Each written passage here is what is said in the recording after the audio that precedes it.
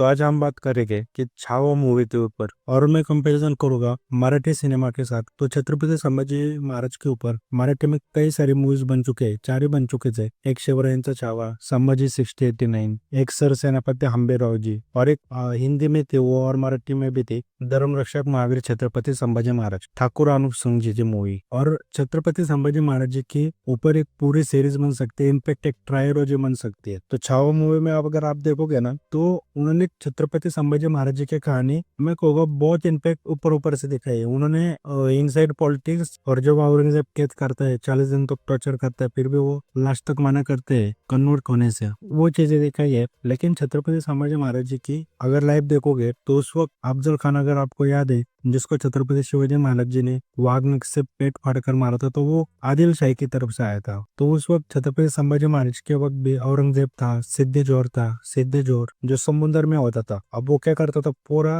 उसका जीवन समुद्र में ही था, लेकिन वो आता था समुद्र से बाहर, हिंदू औरतों को बलात्कार करना, हिंदू लोगों को मार डालकर फिर से समुद्र में चला जाता था। तो छत्रपति संभाजी महाराज इतने गुस्से हो गए थे जब एक सिद्धेश्वर ने, जब उन्होंने लोग भेजे थे हिंदू की रक्षा के लिए, तो उनके सर काटकर उसने लटकाए थे। तो उसके बाद छत्रपति संभाजी महाराज खुद समुद्र में जाकर सिद्धेश्वर को आकर ठिकाने लगाए थे। फिर उसके बाद सिद्धेश्वर ने कभी हिम्मत नहीं की। तो उसके ऊपर आपको धर्मवीर छत्रपति संभाजी महाराज जो अनूप सिंह ठाकुर की मूवी है वो देखने को मिल जाएगी। और जो इसमें दिखा है कि इनसाइड पॉलिटिक्स, उनकी सौतेली माँ और उनके राज्य के लोग, आनाजी पंत जैसे अष्टमेना मंडल में से जो लोग थे वो उनको मार डालना चाहते थे। तो उसके ऊपर एक मूवी है सर सेनापति हंबीरराव, जो डिज्नी हॉटस्टार पर इंग्लिश सबटाइटल में one of the best movie में कहूंगा, जिसमें छत्रपति संभाजी महाराज जी का पोर्ट्रेल बहुत बड़े तरीके से किया है। तो उसमें वो सारी चीजें दिखाई है, इनसाइड पॉलिटिक्स। और इनफैक्ट आशुतोष राणा देखोगे तो कुछ इतना खास जमा नहीं है एज ए सर सेनापति हंबीरराव। मतलब आशुतोष राणा के बाकी के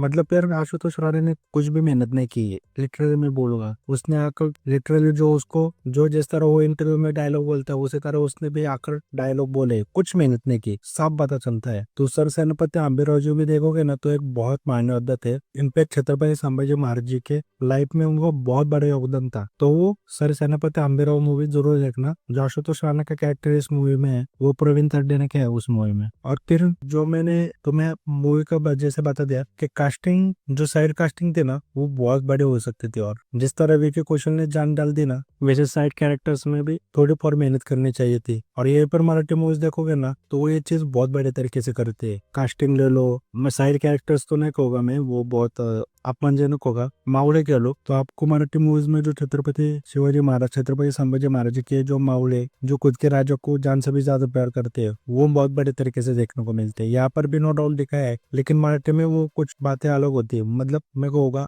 वहां पर मुझे लगता है हर एक उनको पता है इम्पोर्टेंस मावड़ों का, तो वहां पर भी फोकस किया जाता है मराठी मूवीज में। और फिर अगर 40 डेज का वो टॉर्चर देखोगे तो कि जो इन्होंने देखा है कि छत्रपति संभाजी महाराज जी को जब कैद करते हैं तो वो आखिर तक लड़ते, और ये सच में हुआ था। कभी भी अगर आप जाओगे सुनोगे महाराष्ट्र में तो यही कहते कि छत्रपति संभाजी महाराज जब लड़ाई लड़ते थे तो रुद्रावतार धारण कर लेते थे, और वो सच था। मतलब क्या स्पिरिट रही होगी, क्या प्यार रहा होगा इस देश के लिए, धर्म के लिए, हिंदू स्वराज्य के लिए, कि वो लड़े भी और उसके बाद वो टॉर्चर भी उन्होंने साथ, लेकिन आखिर तक उन्होंने कन्वर्ट होने से, धर्म बदलने से मना कर दिया। तो वो जो पूरे एक लास्ट का क्लाइमेक्स सीन तक कि छत्रपति संभाजी महाराज को कैप्चर करने आते हैं, तो ज्यादा के राजा देखोगे तो यूं ही सरेंडर कर देते, उम्मीदें तोड़कर कि क्या भाई पकड़ ही लेंगे, चलो कुछ सोलह कर लेंगे, ऐसे वैसे बाकी के राजा करते। लेकिन छत्रपति संभाजी महाराज जी ने वैसा नहीं किया, वो आखिर तक लड़ते रहे। और फिर जो 40 डेज का टॉर्चर सीन है ना, तो उसमें वो जो चीजें दिखाई है वो पूरी सही, इनफैक्ट उससे भी बदतर चीजें हुई थी। वो जो उनको लाया भी गया था ना, तो औरंगजेब ने और भी टॉर्चर किया है कि लोगों जोकर के कपड़े ये सब पहनवाए थे। लेकिन छाव में एक चीज देखोगे तो औरंगजेब जब छत्रपति संभाजी महाराज जी को पकड़ कर लाता है, और जब वो लाते हैं ना तो औरंगजेब पहले पूछता है सबसे पहले कि तुम अपना धर्म छोड़ दो, कन्वर्ट हो जाओ। और छत्रपति संभाजी महाराज कहते हैं नहीं। और उसके बाद औरंगजेब 40 दिन तक टॉर्चर करता है और हर बार पूछता है धर्म छोड़ोगे, कन्वर्ट हो जाओगे। छत्रपति संभाजी महाराज लास्ट तक नहीं कहते। और ये छाव में भी देख रहा था ना तो यार मेरे सच में आंसू आ रहे थे। लेकिन यहाँ पर चीजें बैलेंस करने की कोशिश की गई है, देखोगे बहुत चीजें बैलेंस करने की कोशिश की गई है। और मैं समझ भी सकता हूँ कि बॉलीवुड है, आगे भी जाकर काम करना होता है, तो चलो ठीक है। तो औरंगजेब औरंगजेब लास्ट में आकर यू कैजुअली पूछते हुए देखा है कि मुगलों के साथ आ जाओ, उसके लिए तुम धर्म छोड़ दो अपना। वो चीज को बेटर देखा है संभाजी 6089 में। संभाजी 6089 में देखोगे ना, तो उसमें जब औरंगजेब छत्रपति संभाजी महाराज जी से पूछता है, तो वो जो डायलॉग है ना, वो मुझे लगता है छावा में रखना चाहिए था। तब छत्रपति संभाजी महाराज बोलते हैं, धर्म मतलब आस्था, और आस्था बदले नहीं कहते औरंगजेब। संभाजी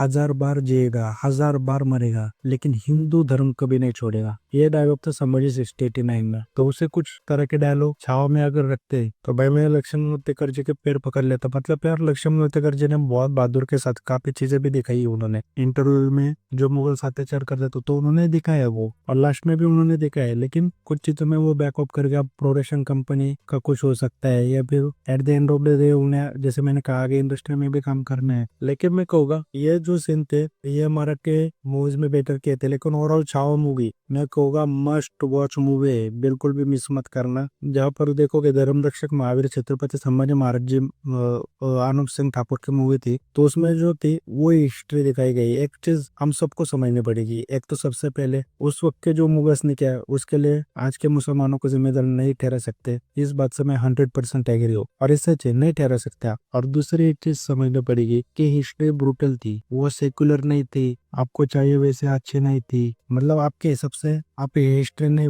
बना सकते, उस वक्त जो थी वो थी। और इसमें मैं कहूँगा एक्शन सीन्स की बात करूँ तो सर सेनापति हम्बीरराव में भी अच्छे एक्शन सीन्स थे। लेकिन चाव में मैं खास करके तारीफ करूँ, एक्शन सीन्स अच्छे थे, लेकिन उसके साथ कैमरा वर्क भी अच्छा था। जो फास्ट स्पीड का इन्होंने इस्तेमाल किया ना एक्शन सीन्स में, वो अच्छी चीज थी। और बस यही कहूँगा कि जो भी हो, मतलब कुछ लोग पोलराइज भी हो सकते हैं, कहेंगे कि मूवी मत देखो, तो बिल्कुल भी मत सुनो, इसलिए कि चीजें शायद बैलेंस की है। तो ठीक है ना, बैलेंस की होगी, लेकिन ये भी देखना पड़ेगा कि कोई डायरेक्टर आके बना भी नहीं रहे था। अब किसी डायरेक्टर ने आके बनाने की कोशिश की है तो हम सपोर्ट करेंगे, तो मूवी जाकर देखो, यही कहूंगा मैं। ड्रॉबैक जरूर है कि AR रहमान को क्यों दे इसका म्यूजिक मुझे पता नहीं, और क्या जानबूझ करके AR रहमान ने, वो भी पता नहीं। क्योंकि तमिल मूवीज देखोगे AR रहमान की, मणिरत्नम के साथ, तो AR रहमान कितना अच्छा म्यूजिक देता है। मतलब क्या ऐसे प्रोजेक्ट्स की आपको क्या कदर नहीं थी, या आपको भाग्य था ऐसे प्रोजेक्ट्स पर आपको काम करने को मिला। मतलब मैं कहूँगा डायरेक्टर ने बहुत बिगेस्ट मिस्टेक है डायरेक्टर के AR रहमान को इसका म्यूजिक बनाने को दिया। इसकी जगह अजय आतुर को देते,